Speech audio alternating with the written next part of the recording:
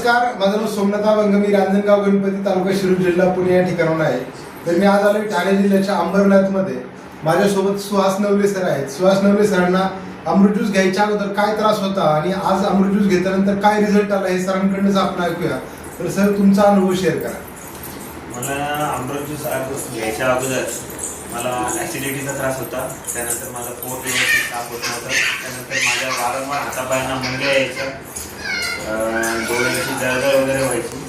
तर मी आता 2 महिने झाले कंपल्सरी अमृत ज्यूस घेतोय आणि मला याचा चांगला रिझल्ट आहे.